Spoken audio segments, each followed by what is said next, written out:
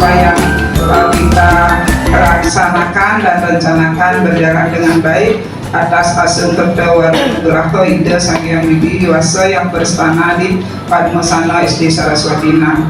Untuk waktu yang serahkan kepada Pak Mahdi Mardika untuk memberikan tentang materi pembelajaran sosial dan emosional. Waktu yang persilahkan Pak Mahdi. Semua Pak Mahdi. Baik, terima kasih kepada Yang Terhormat Ibu Dirna Sri Astuti yang dalam hari ini mewakili Ibu Kepala SD Saraswatina Denpasar ya, karena kebetulan pada pagi hari ini Ibu Kepala Sekolah ada suatu keperluan yang memang tidak bisa diwakilkan. Beliau sedang ada beberapa yayasan dan ini juga kaitannya dengan kegiatan workshop yang akan kita selenggarakan pada tanggal 18 Desember 2023. Ibu Bapak sekalian yang hormati, yang berbahagia pada hari ini, seperti biasa tentunya kita sebagai umat beragama, mari kita tidak henti-hentinya mengucapkan puji pengastuti amayu bahagia majalah ini sang yang dewasa, terima kasih hidup dalam betari sana balik ring pria Ameriki dua ning silah sambung sangkan yang amin tesing hidup tabe sekarang sami kita ke presiden mengumpul masa 2 jam baca mengunduh di rasa ngelak kurang indik program daripada komunitas belajar di SD Saraswatina Denpasar ataupun ke dengan yang ngaturan pengajar umat. Om Swastiastu. Assalamualaikum warahmatullahi wabarakatuh. Salam sejahtera bagi kita semua. Salam namo buddhaya rahayu. Om Anu Badre Tertawi Abiswata. Semoga pikiran yang baik senantiasa datang dari segala arah. Ibu Bapak Guru hebat, kita santai aja ya, nggak usah tegang-tegang. Karena saya berada di depan Bapak Ibu bukan berarti sebagai seorang narasumber atau fasilitator atau apalah istilahnya, mentor dan lain sebagainya, tetapi di sini saya akan berbagi sedikit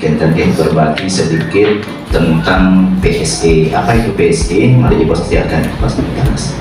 Ibu Bapak sekalian, pertama-tama izinkan Titik menyampaikan sekilas tentang program komunitas belajar SD Saraswatina Denpasar. Seperti yang Ibu Bapak sudah ketahui bersama, komunitas belajar SD Saraswatina Denpasar atau komunitas belajar guru SD Saraswatina Denpasar ini merupakan suatu komunitas yang memang sesuai dengan apa yang didengungkan oleh Bapak Menteri ya, dari Kementerian Pendidikan, Riset dan Teknologi. Jadi kita di masing-masing sekolah negeri wajib ada komunitas belajar. Komunitas itu ada beberapa jenis Pak, ada Bapak Ibu, ada komunitas praktisi, ada komunitas belajar. Nah kemudian pada komunitas belajar SD Saraswatina Denpasar kita sudah menjalankan program kegiatan dari bulan Oktober kalau nggak salah nih. Dari bulan Oktober sudah berjalan dan kemarin Stungkare melalui pameran yang dilaksanakan di Dharma Gedung apa namanya? Dharma Negara Alaya Denpasar ya, yang di Lumintang itu. Komunitas belajar SD Saraswatina Denpasar Nika sudah mendapatkan apresiasi yang luar biasa. Bahkan Ibu Kepala Sekolah tadi menyampaikan kabar baik di mana kita sudah merancang program itu dengan baik. Hanya saja yang kita perlukan ke depannya adalah komunitas ini harus punya visi misi Bapak Ibu. Kebetulan kita yang kemarin mengikuti 3 hari ya, selama 3 hari webinar yang diadakan oleh BDB Provinsi Bali terkait dengan komunitas belajar. Memang banyak sekali hal-hal yang harus kita penuhi terkait dengan komunitas ini. Bahkan kedepannya kalau memungkinkan dan kalau bisa komunitas belajar kita ini bisa terdaftar di BNM gitu, sehingga nanti rekam jejaknya itu ada bagaimana keaktifan kita di dalam melaksanakan komunitas belajar ini. Dan pada kegiatan komunitas belajar ada beberapa program yang sudah terlaksana, diantaranya adalah berkaitan dengan PMM ya, optimalisasi PMM itu sudah berlaksana dan sudah jurnalnya sudah kita up juga di Drive. Mudah-mudahan Bapak Ibu yang belum aktif sama sekali di PMM bisa nanti pada saat liburan ini sambil libur kita lengkapi yang jadi tagihannya karena di sana memang ada koordinasi berkaitan dengan rapor untuk pendidikan di SD Saraswatina Denpasar. Ibu Bapak sekalian, Tidian juga sangat berharap bagaimana nanti kita bersama-sama menjalin komunikasi dan kolaborasi yang aktif, efektif, terutama dalam mengembangkan komunitas belajar kita. Karena jujur ketika saya ditunjuk sebagai ketua komunitas, ini merupakan tanggung jawab yang tidak mudah Ibu Bapak, dan ke depan tentu kita juga akan terus dipantau baik itu dari dinas, kemudian dari kementerian ya Bapak Ibu.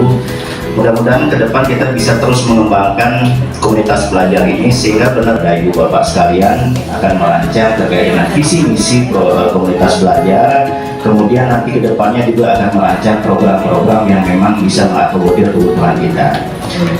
Kalau kita lihat jumlah guru kita di SD Saraswati Namika kurang lebih kan 37 ya Pak.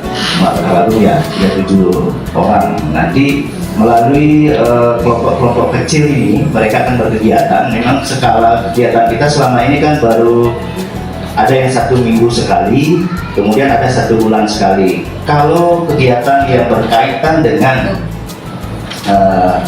mengundang narasumber ya, mengundang narasumber dari luar, itu apabila pembelajaran atau apa bisa berbagi praktik baik. Ke depan itu juga banyak nanti teman-teman yang akan mengikuti guru penggerak ya. Sekarang sudah sampai tahap mana nih Bapak Ibu? Ada 4 orang kalau sekarang nggak salah, 4 atau 5. Setelah Tidian sedang ngurus, ada Bu Gangga, ada Bu Mansri, ada Bu Citra, Pak Murah, ada 4 ya. Ada lagi 1 siapa? Oh ya Bu Wiwi, berarti ada 5 luar biasa. Sementara nanti bisa lolos sampai tahap selanjutnya.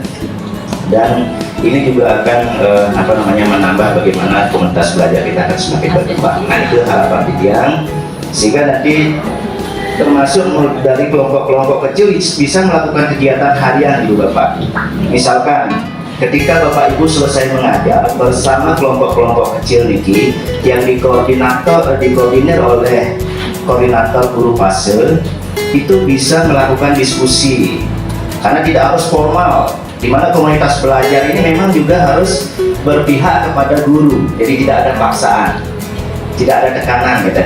Membuat situasi tegang, kemudian membuat situasi kurang nyaman, berarti itu tidak bagus atmosfer daripada kegiatan komunitas belajar kita. Tetapi kalau misalkan nanti kedepannya Ibu Bapak sudah bisa merancang dengan baik, misal pada hari Senin guru fase A berkoordinasi dengan sesama guru di fase A, nanti membahas terkait dengan apa kendala, apa praktik baik yang bisa disampaikan pembelajaran. Sudah nggak kompetensi yang kita ingin capai berdasarkan tujuan pembelajaran itu berjalan dengan baik? Sudah nggak rencana pembelajaran yang kita rancang sudah berhasil apa belum? Kemudian kalau seandainya ada siswa-siswa yang sulit, terutama pembentukan karakternya, seperti apa solusinya.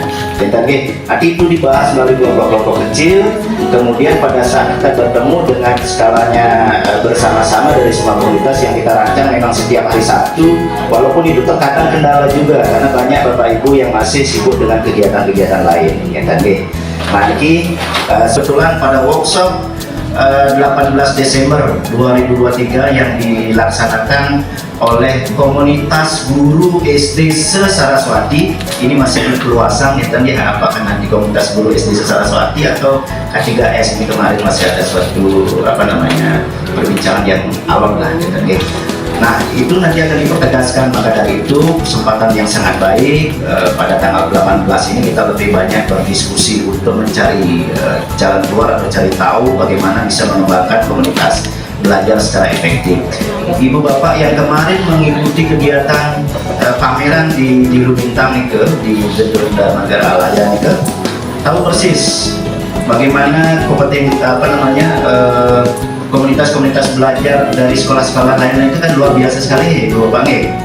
Itu terlihat dari flyer, kemudian pameran yang dipamerkan gitu. Nah ini salah satu juga sebagai acuan kita untuk bisa termotivasi agar di SD Saraswati 6 ini komunitasnya tidak sampai kalah lah dengan sekolah-sekolah lain gitu. Terlebih yang yakin Bapak Ibu guru sekalian memiliki wawasan yang sangat luar biasa terkait dengan mengembangkan potensi diri gitu.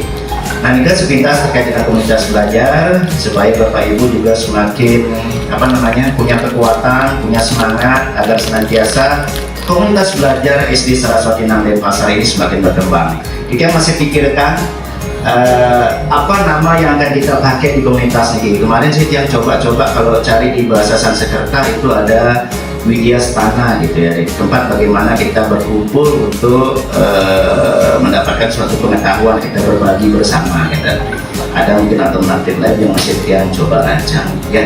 Karena sementara nama komunitas belajar kita adalah Komunitas Belajar Guru SD Saraswati Namden Pasar. Dan programnya sudah kita rancang, cuman seperti yang Tian sampaikan tadi, visi dan misi yang belum. Nah, itu Bapak sekalian, Bapak Ibu guru sekalian, jadi Kirang Langkung Nasan Pura nanti mohon dengan hormat tidak kepada Bapak Ibu untuk kita selalu berkolaborasi agar senantiasa komunitas kita ini semakin baik ke depannya. Di tengah persaingan yang sangat luar biasa, Tiang merasakan betul persaingan itu dalam hal pembelajaran, dalam hal bagaimana mengembangkan diri, itu sangat luar biasa. Ketika saya mengikuti Ampura ini hanya sekedar sharing ya.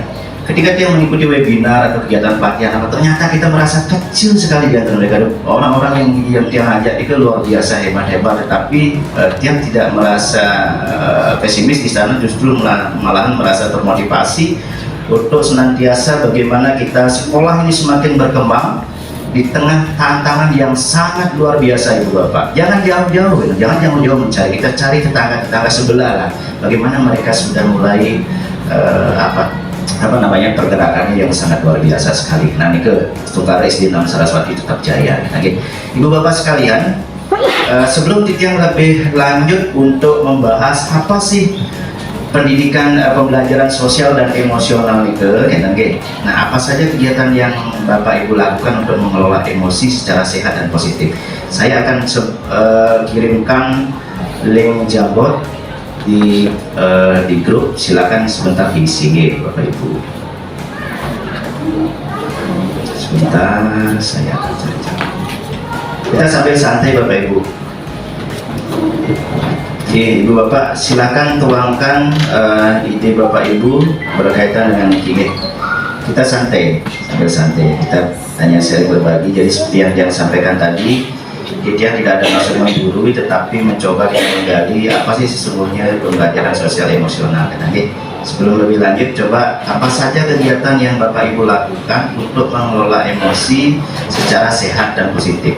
Apa yang Bapak Ibu lakukan? Coba diisi ke dinding Jamboard, dibuka. Bisa juga. Bisa buka.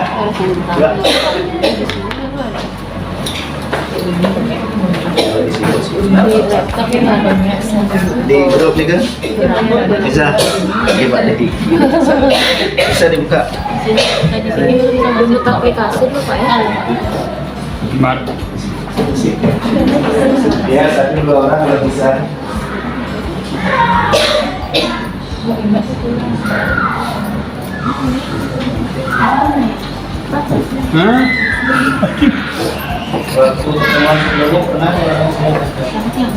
Ketik itu ketik. Apa bu lakukan? Tuh klik nak tuh. Ini klik. Fungsinya mengklik ada peninggalan ini klik. Tuh klik itu. Langsung ada gambar ya. Boleh sih warnanya bisa diubah warnanya. Tuh kotak itu klik. Boleh, ternyata. Ketik lah. Ketik kan itu. Apa ketik sih? Ini ada pensil itu. Itu aja pakai. Nah, klik plus. Ini harus install ya.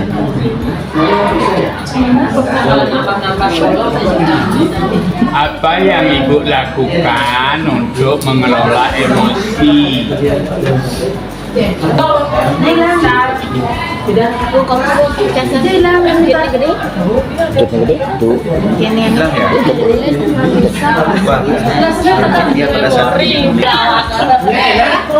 Menraga tuh.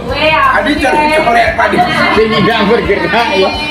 Bapak Ibu bisa berbagi untuk papannya ya. Ambil selain yang lain kalau misalnya Pak, yang kayak gitu. boleh Bapak Ibu. Sticky note, Nanti klik aja Pak. plusnya itu. Lebih singkat ya. Pak Made udah nih simpan itu Pak. Ya, di slide mana itu? Sticky note Pak. Oh, sticky note. Kemudian Bu ini masih menulis berpikir positif. Oke, saya mengelola emosi dengan cara mengatur napas dan meditasi. Wah, luar biasa. Ini siapa nih? Keren nih. Keren Diki. Saya mengatur Nah, dengan ini. melempar barang sekitar. Membaca hal yang positif, sadar bahwa siswa yang ada adalah siswa yang beragam. Oke. Oke, ya. Ya, baik, terima kasih, luar biasa. Nah, Ibu Bapak, Cica minta volunteer satu salah. Yes. Terima kasih atas kesempatannya. Mungkin dari saya tentang pertanyaan Pak Medi Malika, bagaimana kita melakukan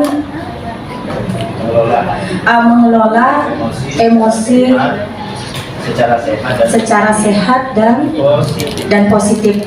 Mungkin salah satunya di kelas nih, pada saat pembelajaran, misalnya anak-anak sudah merasa bosan, kita lihat dari anak-anak sudah tidak fokus dalam belajar. Mungkin kita bisa menggunakan hal positif, yaitu ice breaking juga bisa menurut saya. Kemudian mungkin latihan tepung mungkin bisa digunakan untuk mengembalikan konsentrasi anak biar bisa ikut belajar kembali. Itu saja, terima kasih. Luar biasa, tepuk tangan dulu untuk lurus. Ada yang lain yang tadi menjawab dengan meditasi tarik nafas, siapa nih? Luar biasa loh, ini jawaban yang sangat luar biasa nih. Siapa? Mungkin Bu Man, silakan berikan Bu Man pandangannya, bisa? Ya. Yoga karena Pak Murah ini bisa menggambar. Baik, terima kasih Pak Made atas kesempatannya. Mungkin yang tadi Pak Made bilang itu, ya biasanya saya kalau emosi itu emang misalnya mengatur nafas mungkin, ya kayak misalnya menghela nafas. Ini bukan hanya untuk siswa aja. Jadi misalnya emosi di semua tempat nih. Biasanya seperti itu. Dan kalau misalnya saya merasa terlalu emosi pada hari itu, biasanya malamnya itu saya melakukan meditasi. Kebetulan dulu pernah mengikuti Prof Suryani 3 tahun ya. Jadi kayak refleksi, kok gitu ya. Ya jadi seperti itu, kayak misalnya maksudnya kayak bercermin diri gitu. Terima kasih. Oke, luar biasa, keren. Tepuk tangan buat Bu Novi. Nah, Ibu Bapak sekalian, kalau kita berbicara tentang emosi dan bagaimana strategi atau cara kita mengelola emosi, memang banyak sekali ya ragam cara yang bisa kita lakukan. Nah, kalau Pak Putu emosi langsung lempar barang sehingga merasa puas Pak ya. Gitu. Oke, ada yang menjawab dengan cara shopping tadi ya Bapak Ibu. Baik, kita akan tidak elaborasi secara panjang lebar terkait dengan jawaban Bapak Ibu. Yang jelas Bapak Ibu sudah memahami dengan baik sesungguhnya berkaitan dengan apa itu emosi ya Bapak Ibu. Nah, Ibu Bapak Guru hebat, kita perlu menyadari bahwa emosi itu menentukan bagaimana kita mengambil keputusan. Benar nggak Bapak Ibu? Bahwa emosi itu sangat menentukan bagaimana ketika kita akan mengambil keputusan, bagaimana suasana hati kita pada saat itu. Ya, itu harus kita kelola dengan baik, sehingga kalau kita sudah mengelola dengan baik, maka kita akan bisa mengambil keputusan yang tepat. Pak Putu ingin mengutarakan perasaannya kepada seseorang gitu ya, tapi kalau tidak dikelola dengan baik, keburu-buru pangsing enggal maluan jangan len, nah bisa salah nanti, bisa endingnya bisa berbeda gitu ya. Tapi kalau sudah dipikirkan dengan baik, nah ini akan mendapatkan hasil yang luar biasa. Nah, Ibu Bapak sekalian, ini lagi ya, selama menjadi pendidik, ya kita itu Bapak Ibu tentu pernah mengalami sebuah peristiwa yang dirasakan sebagai sebuah kesulitan, kekecewaan, kemunduran atau kemalangan gitu. Ya, nah yang akhirnya membantu Bapak Ibu untuk bertumbuh menjadi pribadi yang lebih baik dari sebelumnya. Nah, apa hal yang penting telah Bapak Ibu pelajari dari krisis tersebut? Ada yang bisa berikan pendapat? Maksudnya gini Bapak Ibu, ketika kita mengajar, saya contohkan pada diri saya sendiri. Ketika saya mengajar, saya sudah rancang pembelajaran dengan baik. Tetapi dalam situasi tertentu, ternyata apa yang saya rancang itu tidak berhasil. Kita sudah menentukan tujuan pembelajaran, kita breakdown menjadi KKTP. Tetapi beberapa anak tidak mencapai itu. Atau bahkan di luar pembelajaran, mereka melakukan suatu tindakan-tindakan yang membuat diri kita itu seakan-akan nggak berhasil pada saat itu. Ada anak yang ribut, ada anak yang tidak mau mendengarkan dengan baik, atau bahkan ada anak yang mencoba mengganggu temannya sehingga suasana pembelajaran menjadi tidak kondusif. Kita kemudian melakukan berbagai strategi agar senantiasa kembali kepada kondisi awal. Bahkan kadangkala tanpa kita sadari melontarkan suatu kata-kata yang tidak semestinya kita lontarkan. Nah, inilah suatu peristiwa, ada kesulitan, ada kekecewaan, kemunduran kita ketika kita melaksanakan swadharma kita sebagai pendidik. Nah, dalam hal ini apa yang Bapak Ibu bisa pelajari dari krisis tersebut? Jangan tidak akan menyuruh Bapak Ibu untuk menulis lagi di Jamboard, tetapi bisa mengutarakannya secara langsung. Ayo silakan Bapak Ibu. Biar tidak menuntut ke materi ya, jadi kita langsung gitu. Ada Bapak Ibu? Pak Made barangkali, silakan. Mari Pak Made.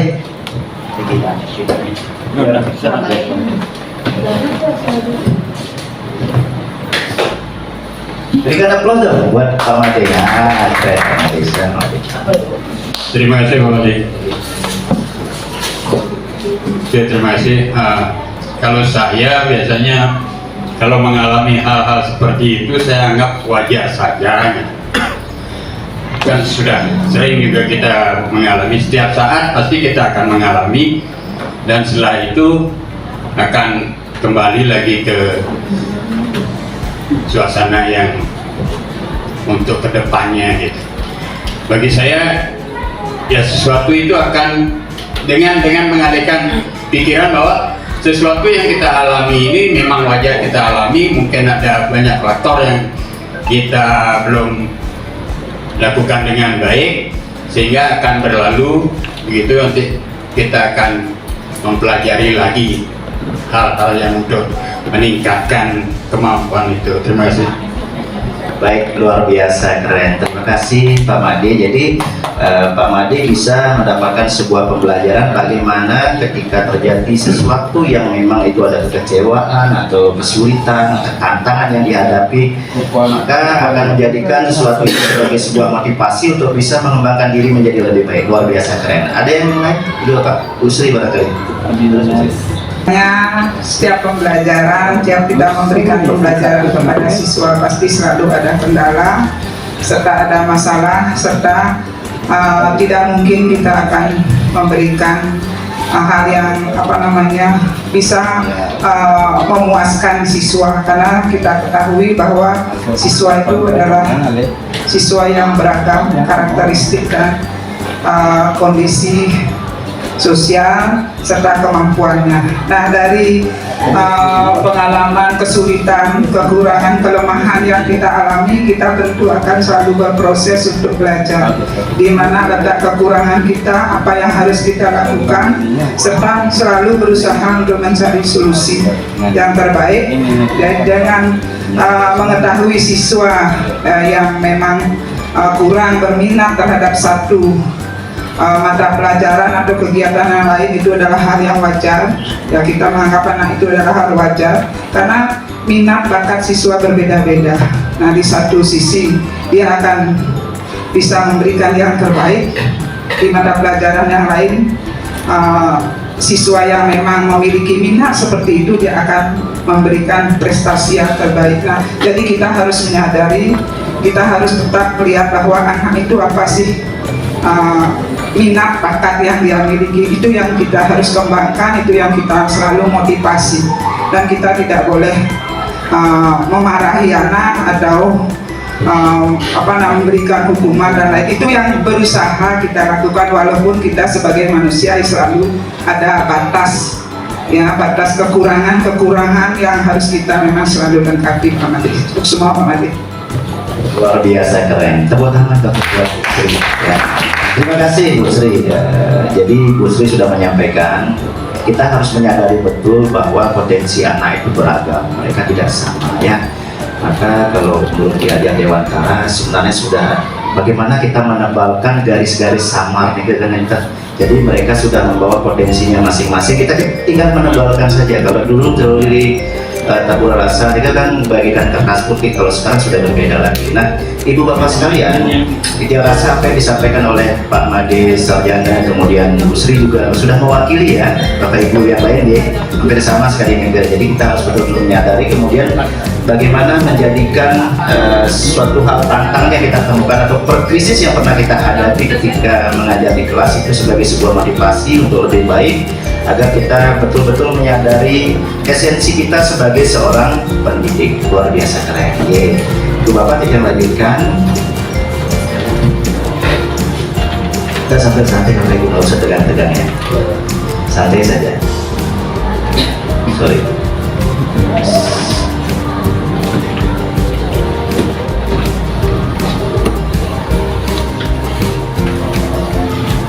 Nah, ibu bapak sekalian, saya mengikuti program pendidikan guru program ini pada modul 2.2. Nah, keterbatasan kemampuan dan pemahaman, jadi tidak bisa di-start begitu saja, karena ketika kita belajar tentu harus banyak pengulangan. Yang yakin bapak ibu juga memiliki gaya belajar yang berbeda-beda, sehingga dalam hal menyerap informasi atau suatu hal-hal baru itu pasti juga mempunyai strategi-strategi yang bisa bapak ibu lakukan. Nah, ibu bapak, kalau kita berbicara pembelajaran sosial emosional, di mana pembelajaran sosial emosional atau yang disingkat dengan PSE atau dikenal juga dengan nama social emotional learning ya, adalah proses belajar yang berkaitan dengan pemahaman diri. Dan pemahaman diri, empati terhadap orang lain, serta kemampuan berinteraksi dan berkomunikasi secara efektif. Ini mencakup aspek-aspek seperti keterampilan sosial, kemudian regulasi emosi, pemecahan masalah, dan pengambilan keputusan. Yang terakhir adalah pengambilan keputusan. Ibu bapak guru hebat, itu yang yakin dalam situasi tertentu, ya, di mana tantangan ini kan sangat kompleks bapak ibu. Kadang-kala ketika kita ada sesuatu hal yang dari rumah yang tidak bisa kita pecahkan, ini juga berimplikasi terhadap pekerjaan kita. Mungkin coba kita merenunglah sejenak. Pernahkah ibu bapak merasakan di rumah punya suatu permasalahan yang membuat diri kita itu merasa tidak nyaman, tidak tenang, kemudian sampai di sekolah kita bisa nyebel, atau misalkan kalau di rumahnya lagi happy dan lain sebagainya, dibawa ke sekolah tersenyum, tegang dan lain sebagainya. Ini sangat berimplikasi, berpengaruh. Nah, maka dari itulah diperlukan adanya regulasi emosi. Bagaimana senantiasa kita bisa membedakan antara permasalahan secara pribadi kemudian kita bawa ke konteks kita sebagai seorang pendidik. Ini tidak mudah ibu bapak. Kalau secara idealnya seperti itu, saya bisa menyampaikannya secara teoritis, tapi kalau praktiknya dalam situasi tertentu bisa saja sudah tidak bisa secara ideal. Contoh sederhana ibu bapak sekalian, bapak ibu juga sedang ngasih nih, menulis atau mengerjakan sesuatu, ada tiba-tiba teman menyuruh sesuatu untuk melakukan hal-hal yang mungkin bapak ibu guru anggap itu suatu hal yang berat, atau ibu bapak menganggap suatu itu kayaknya tidak bisa saya kerjakan sendiri. Kadang-kala bisa timbul reaksi-reaksi yang mengundang teman itu menjadi tanda tanya gitu. Ini kenapa kok sikapnya begini dan lain sebagainya. Ada saja kadang seperti itu. Dan ini memang seperti yang disampaikan oleh Pak Made tadi, itu hal yang wajar gitu. Apalagi kita sebagai manusia, tanahanu wong swasta nulus, tidak ada yang manusia yang sempurna. Tidak semua orang mampu mengendalikan emosi secara baik. Tapi yang yakin ibu bapak dengan memiliki suatu motivasi untuk ingin mengembangkan diri, pasti akan bisa. Karena kalau yang kaitkan dengan kodrat alam, faktor daripada kelahiran seseorang itu kan dipengaruhi oleh faktor nabi dari pelintangan, kan ada sio, ada bintang, ada kalau dalam agama Hindu itu warige. Ya, itu sangat berpengaruh pada diri kita, bagaimana kita mampu untuk mengelola emosi kita. Pak Putu yang memang udah terlahir sebagai seorang Dharma Wangsa gitu, apapun situasinya terjadi, beliau tetap tersenyum. nggak pernah marah-marah. Sedang sibuk atau apa saya ganggu, dia tetap oh iya sebentar ya Pak Made, sebentar saya akan bantu, tapi izinkan saya mengerjakan ini dulu gitu. Dengan bahasa-bahasa yang memang manusiawi. Oke, nah ibu bapak pasti sering dihadapkan oleh situasi seperti itu yang mengundang emosi kita itu sudah nggak kita bisa kelola dengan baik. Nah ini maka dari itu sangat penting pembelajaran sosial dan emosional itu sendiri. Kita ibu bapak, itu secara teoritis dan ideal ya. Nah selanjutnya, nah ibu bapak, wenten 5 kompetensi sosial emosional ini. Bisa dilihat ya, nggak selalu begini. 5 kompetensi sosial emosional yang mana berkaitan dengan pembelajaran sosial dan emosional Bapak Ibu. Ada kesadaran diri, kemudian ada kesadaran sosial, selanjutnya ada kemampuan berinteraksi sosial, pengelolaan diri, kemudian yang terakhir adalah pengambilan keputusan yang bertanggung jawab. Ini 5 kompetensi yang ada berkaitan dengan pembelajaran sosial emosional. Yang terakhir nih Bapak Ibu, ini ada dalam diri Bapak Ibu sekalian, dan ketika kita lakoni dalam kehidupan sehari-hari tanpa kita sadari, yang mana tergolong kesadaran diri, mana yang tergolong kesadaran sosial, mana tergolong pengelolaan diri, mana tergolong kemampuan berinteraksi. Nah Ibu Bapak, sebelum kita uraikan lebih lanjut, yang kasih contoh sekali ini. Ibu Bapak kan masuk nih dalam kelas, ketika ngajar, kita masuk ke dalam kelas, buka pintu, anak-anak ada yang sedang ribut atau apa.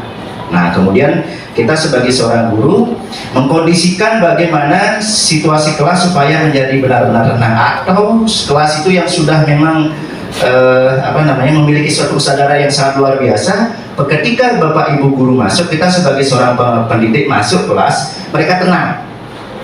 Maka kita awali dengan apa? Apa yang kita lakukan? Kalau kita bicara dari perencanaan pembelajaran, ini kan bagian daripada kegiatan pendahuluan. Siapa yang bisa bantu?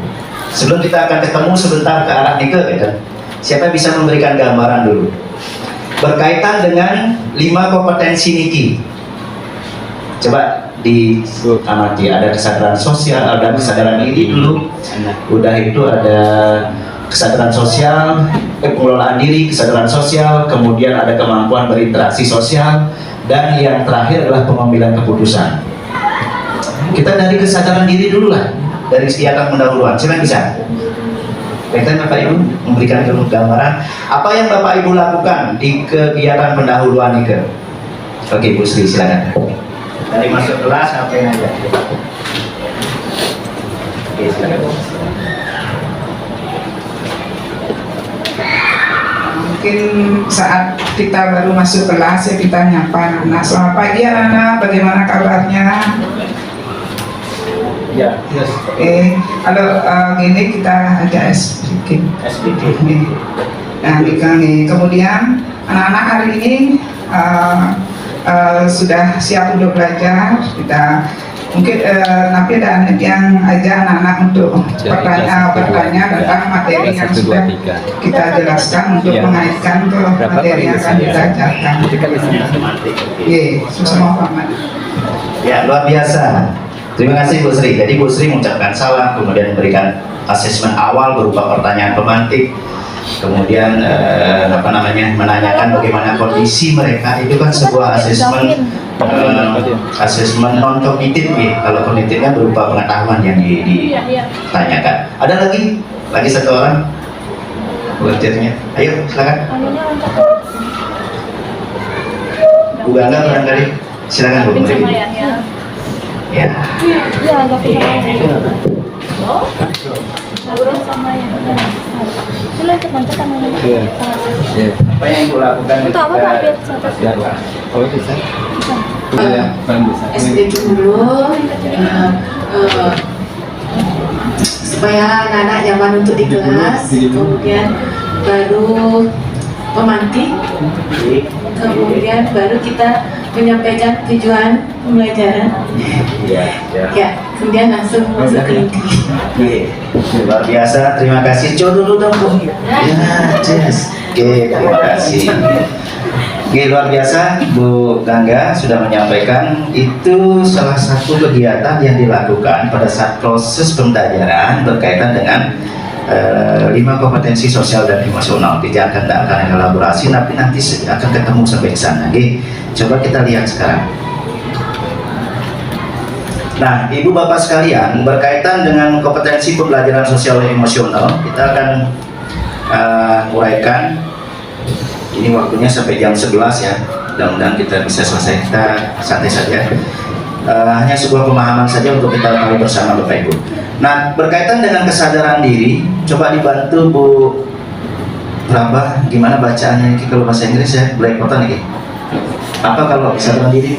Self awareness ya. Oke, terima kasih.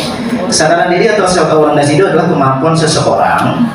Nanti ketemu dah apa yang disampaikan oleh Bu Sri tadi, yang disampaikan oleh Bu Gangga. Kalau kesadaran diri itu adalah kemampuan seseorang dalam mengenali emosi, pikiran, nilai, dan diri sendiri secara akurat. Nah, siswa yang memiliki tingkat kesadaran diri yang tinggi dapat mengenali keterkaitan antara perasaan, tindakan, dan pikiran yang dilakukan.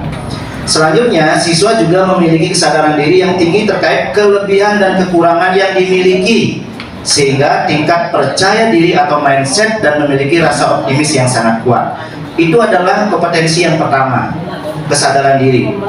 Bukan hanya untuk peserta didik, kita mungkin bertanya pada diri sendiri, kesadaran diri saya itu seperti apa?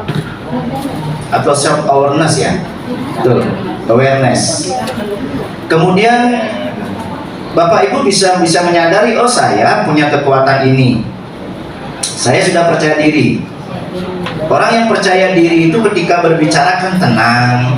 Kalau saya kan percaya diri saya ini masih sangat kurang. Ngomong kalau udah bahasa masih terbata-bata, napas tidak teratur, itu rasa percaya diri kurang gitu. Ya, nah Bapak Ibu pasti punya kelebihan yang lain. Kemudian memiliki rasa optimis, selalu optimis.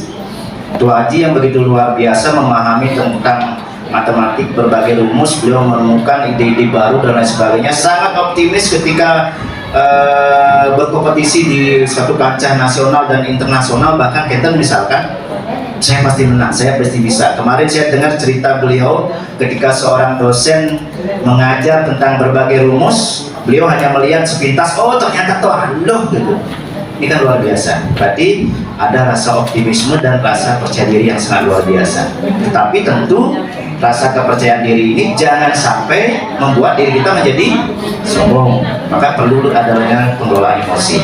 Nah, kemudian yang kedua berkaitan dengan manajemen diri atau self management, di mana kompetensi manajemen diri atau self management ini berkaitan dengan kemampuan siswa dalam mengelola emosi, pikiran, dan perilaku di berbagai situasi.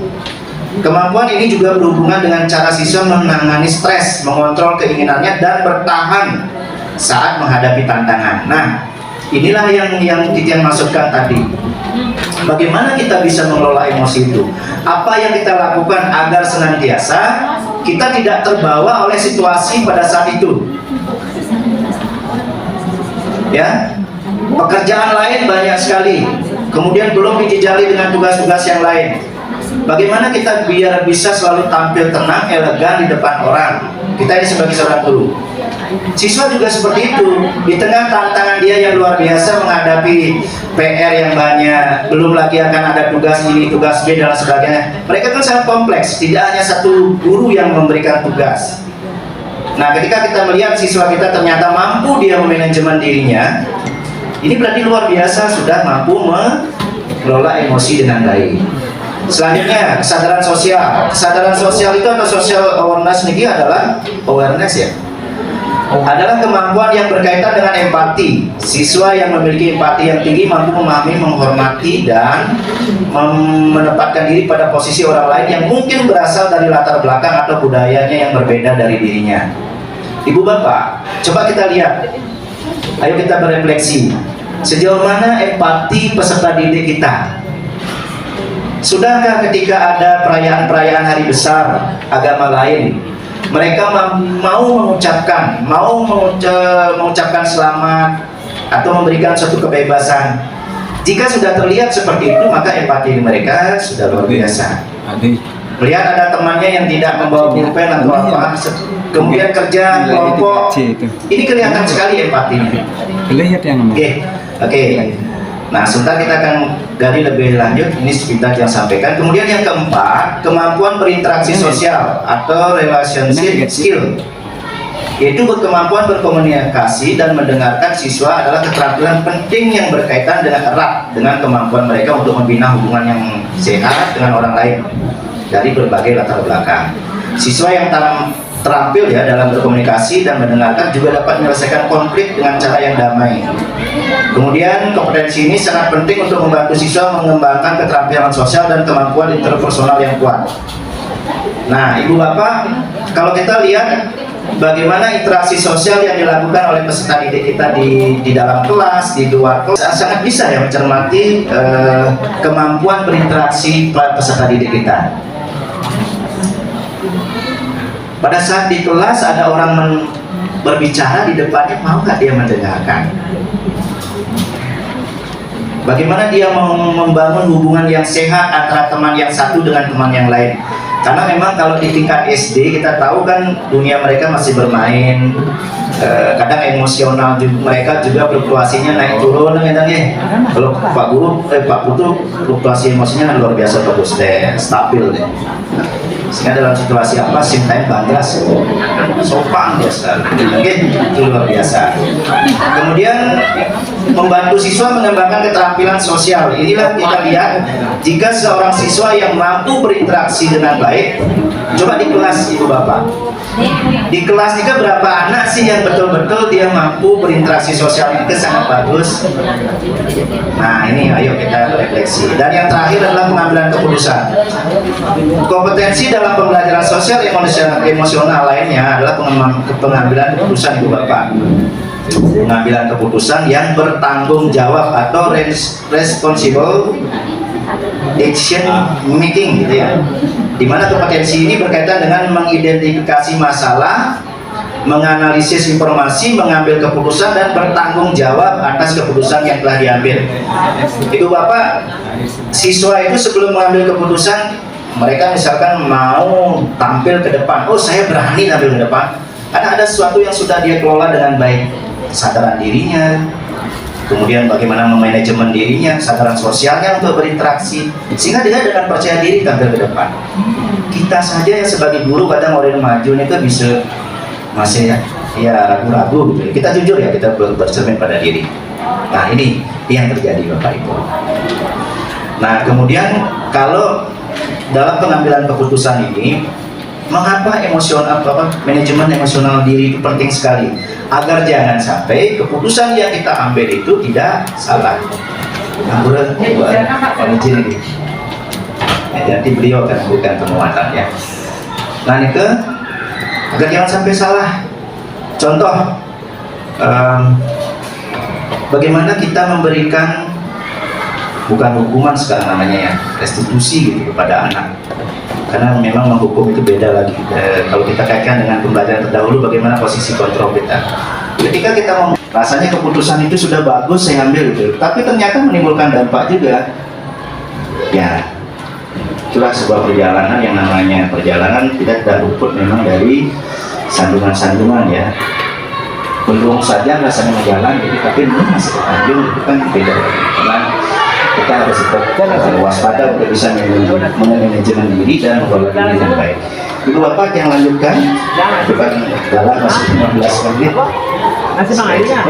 Nah, salah satu hal yang bisa dilakukan untuk bagaimana kita bisa manajemen diri atau pembelajaran emosional atau 5 kompetensi ini kita bisa terapkan. Salah satunya adalah melalui apa Bapak Ibu? Apa bacaannya ini kan? Mindfulness. Ya, mindfulness itu adalah kesadaran penuh, yaitu kesadaran yang muncul ketika seseorang memberikan perhatian secara ini nggak kelihatan ya, ya Pada kondisi saat sekarang dilandasi rasa ingin tahu tanpa menghakimi dan kebaikan hati, gitu ya. Kesadaran penuh itu sebagai dasar penguatan 5 kompetensi. Nah, ada tekniknya namanya stop. Pernah dengar ini stop? Stop gitu. Apa itu stop? Nanti ada. Ini adalah akronim Bapak Ibu. Nah, teknik stop merupakan teknik yang paling sederhana untuk berlatih mindfulness. Kita bisa gunakan teknik stop, menyadari nafas. Singkatan stop ini adalah yang pertama apa? Stop, take a deep breath, observe, dan proses. Mindfulness tak terbatas pada menyadari nafas saja, namun dalam setiap langkah maupun aktivitas kita harus sadar betul dengan apa yang kita lakukan, yang kita rasakan, yang kita pikirkan, dan yang kita ucapkan. Pernah nggak Bapak Ibu melatih mindfulness? Nanti akan dilanjutkan oleh Bu Rus nanti pada bagian ini adalah kesadaran penuh Bapak Ibu, memberikan perhatian secara khusus pada diri kita. Nah, kalau Bapak Ibu tadi kan sudah menyampaikan, ketika saya menghadapi situasi hal yang berkaitan dengan memantik emosi saya, nah ini perut saya marah gitu, apa yang harus saya lakukan? Pernah nggak narik nafas dulu? Kita itu keluarga. Bu Mang tadi sudah melakukan, Bu Mang nanti mana ya? Jadi dengan meditasi. Kalau Pak Putu beda lagi caranya ya. Oke, Nika. Nah sekarang kita lihat di Bapak Ibu. Ini sayangnya nggak kelihatan. Kalau berlatih yoga, anak-anak kelas 5 Bapak Ibu sudah pernah perhatikan di sana bagaimana mereka menenangkan diri. Nah ini teknik stop yang saya bilang tadi. Ya, ini adalah akronim. Ya. Nah sekarang Ibu Bapak yang minta waktunya 2 menit aja lah. Jangan ada yang menulis dulu, tidak ada yang menulis. Ayo kita praktik. Nanti ini bisa kita praktikkan bersama siswa kita di kelas. Bapak Ibu, kenapa hal ini penting? Sebentar habis praktik akan Tiang ulas kembali. Lagi 2 jam. Nah, santai saja. Oke, Bapak Ibu tidak ada yang menulis ya. Berhenti, coba berhenti sejenak. Berhenti melakukan aktivitas, kemudian ambil posisi duduk yang nyaman, tenang. Coba Bapak Ibu. Mari kita berlatih mindfulness. Ya, duduk tenang, kemudian atur nafas, biarkan nafas itu teratur, tidak usah ditarik, tahan begitu saja, nanti keluarnya bisa beda, bahaya. Romatron, Hiroshima ada sakit, pecah lagi. Senyaman-nyamannya. Lepaskan pikiran Bapak Ibu dari semua beban yang ada.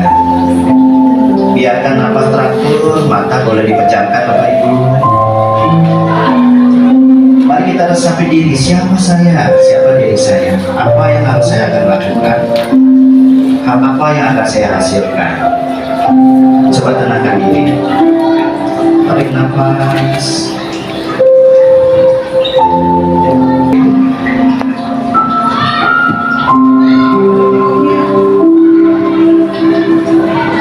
tenangkan diri.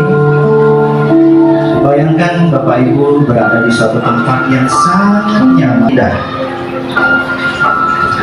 yang memberikan nuansa luar biasa pada suasana hati Ibu Bapak. Bayangkan orang-orang yang terkasih mendatangi Bapak Ibu, menyayangi Bapak Ibu. Dia hadir, memegang erat tangan kita Bapak Ibu, peluk dengan penuh kasih sayang pada diri kita. Masih banyak hal yang harus saya hadapi dalam hidup ini Bapak. Masih banyak hal tantangan yang harus saya selesaikan. Saya sangat butuh orang-orang yang mengasihi saya.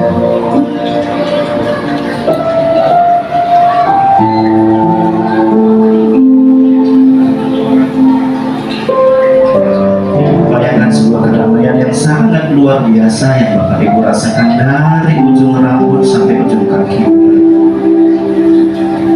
Tenang, damai, damai, dan damai.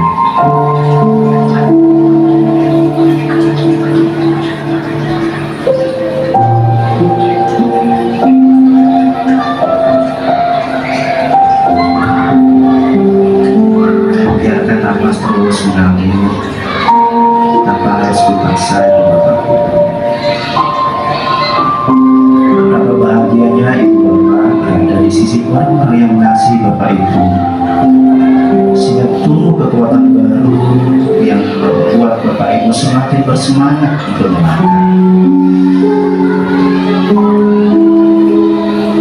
Lepaskan semua beban,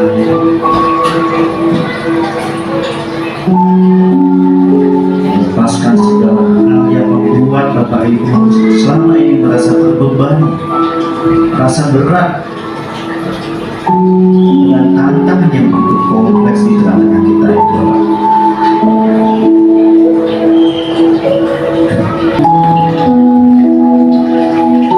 Kita berada dalam lingkup kedamaian, ketenangan, dan keharmonisan.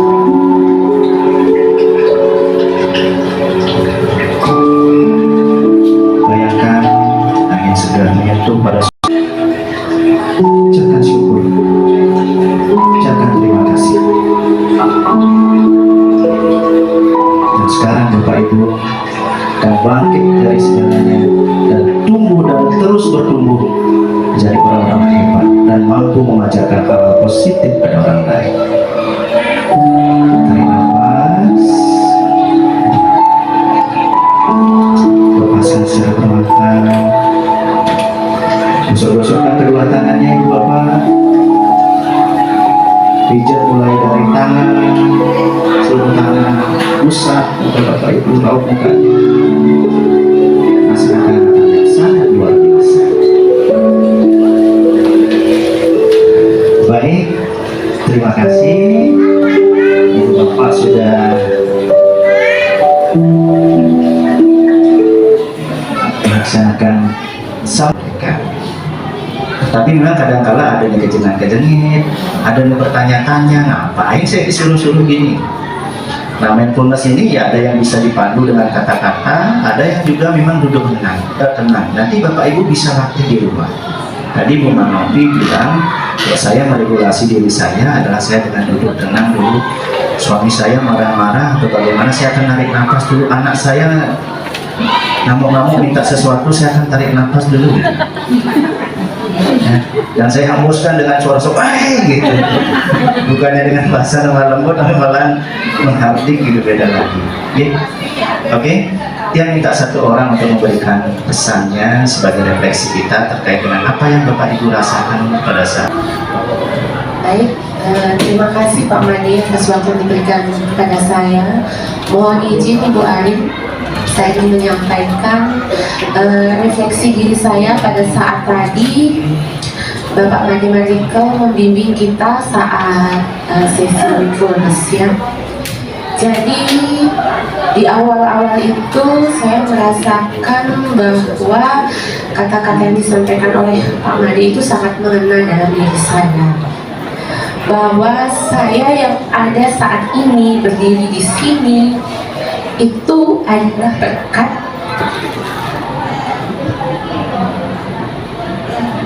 orang-orang terkasih yang memang benar-benar tulus menyayangi kita. Baik, itu ada, masih ada di sini, ataupun mungkin sudah tidak bisa kita peluk lagi raganya. Jadi banyak sekali hal-hal yang orang-orang yang saya sayangi dan menyayangi saya itu membuat saya kuat hingga bisa berdiri saat ini, meskipun itu sangat sulit dan perlu waktu. Jadi banyak yang seperti yang kata-kata Pak Made sampaikan tadi, masih banyak hal tanggung jawab di depan yang harus saya lakukan, baik untuk diri saya sendiri, keluarga, dan di lingkungan saya. Seperti sekolah ini adalah keluarga kedua bagi saya, masih banyak tantangan dan tanggung jawab ke depannya yang sangat besar yang harus saya hadapi. Mungkin itulah salah satu yang membuat saya kuat hingga bisa melanjutkan apa yang memang menjadi tujuan hidup kita, tujuan hidup saya, dan juga tujuan di lingkungan kita berada, di lingkungan tempat kerja kita. Jadi itu yang bisa saya sampaikan. Jadi teruslah semangat, teruslah berlari, teruslah berjalan meskipun jalan yang kita lewati itu tidak mudah, sangat berliku, mungkin banyak kerikil yang kedepannya yang sangat panjang, tapi percayalah kita dengan bersama-sama kita akan bisa mewujudkan itu semua dengan bergandengan tangan, dengan kerjasama, saling support, saling mengingatkan dan saling membantu. Itu akan sangat membantu kita untuk mencapai tujuan kita ke depannya. Demikian Pak Made, Bu Agin, terima kasih.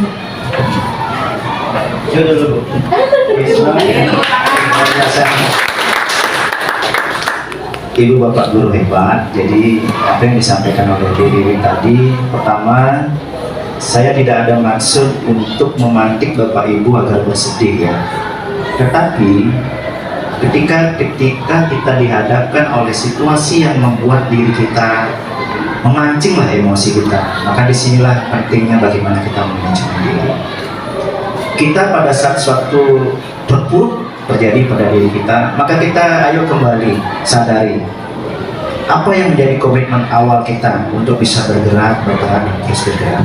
Ketika kita sudah menyadari hal itu, maka contoh saya ikut di pendidikan guru penggerak, awalnya sangat pesimis Bapak Ibu, kalau hujan meremeh dan sebagainya gitu ya. Dimotivasi oleh orang-orang hebat, termasuk dari ibu kepala sekolah yang luar biasa mensupport, ibu bapak guru juga, sehingga ada motivasi akhirnya untuk tetap melangkah. Ketika di pertengahan dihadapkan lagi oleh tugas-tugas yang begitu menantang, ini kadang-kala juga membuat diri kita untuk lanjutkan mesinnya atau berhenti di tengah jalan. Kembali support kita, gali lagi, kita regulasi diri kita lagi, sehingga kembali komitmen. Nah, ibu bapak, apakah ketika di kelas nanti pada saat kita melaksanakan mindfulness atau teknik stop ini harus memantik mereka untuk nangis? Kemarin ada suatu pertanyaan yang sama seperti itu. Tidak rasa orientasinya bukan itu, tetapi bagaimana menyadarkan mereka agar senantiasa siap belajar dan bagaimana dia siap untuk bertanggung jawab terhadap proses dan hasil belajarnya nanti. Ibu Bapak Guru, apa yang dirasakan oleh Bu Wiwi, yang juga sedang merasakan hal yang sama. Setiap kali kita selalu kuat, berbenah ke depan, agar senantiasa kita selalu menjadi orang-orang yang bisa menginspirasi dan selalu menebar hal-hal positif di antara kita. Sekarang kan banyak orang-orang hebat, Ibu Bapak, banyak orang yang pintar, tetapi sangat sedikit orang-orang yang memiliki moral kemudian bisa menebar kasih kepada semua orang, dan ini tidak mudah, Ibu Bapak. Saya contohnya sendiri, Pak terasa itu cepat emosional, secara teoritis bisa kita berbicara, tetapi kadang-kala dihadapkan oleh situasi, nah itulah yang kadang sulit untuk kita olah. Maka melalui pembelajaran ini, sekali nanti kita bisa mengelola diri semakin baik. Ibu Bapak sekalian, masih ada beberapa slide yang mungkin perlu kita pahami bersama. Contoh sederhana yang bisa dijadikan contoh sebelum lanjut ke kursus. Mohon izin Bu, nanti paling jadi 10 menit. Terus juga Ibu Bapak ketika masuk kelas nih, ada 4 hal yang bisa dilakukan loh untuk bisa bagaimana membuat anak-anak itu sadar dengan dirinya. Anak-anak coba silakan duduk yang rapi, duduk dia rapi. Anak-anak coba perhatikan, kalian udah bawa tumbler ya? Sudah, coba tunjukkan dia tumblernya. Ini kan penting Bapak Ibu. Kalau dulu kita sekolah nggak bisa bawa minum di kelas berasa kita harus nggak bisa, tapi sekarang kita berusaha agar anak itu nyaman belajar, kan? Tunjukkan mereka tahu dan lain. Anak-anak coba dilihat di sekeliling kalian, bagaimana temannya, coba sapa dengan baik. Anak-anak coba lihat ada sampah nggak di bawah kalian, coba dilihat ada nggak. Kita suruh mereka seperti itu. Secara tidak langsung kita sudah memberikan pembelajaran sosial emosional Bapak Ibu. Itu adalah sudah memantik kesadaran diri mereka, kesadaran sosial mereka untuk berinteraksi, sehingga nanti mereka bisa bertanggung jawab untuk melaksanakan kegiatan pembelajaran yang kita berikan. Itu hal sederhana sekali. Mereka sadar, oh iya saya udah duduk dengan rapi, oh ternyata nggak ada sampah, diambil sampahnya dan lain sebagainya. Nah itu hal sederhana sebagai sebuah contoh. Ibu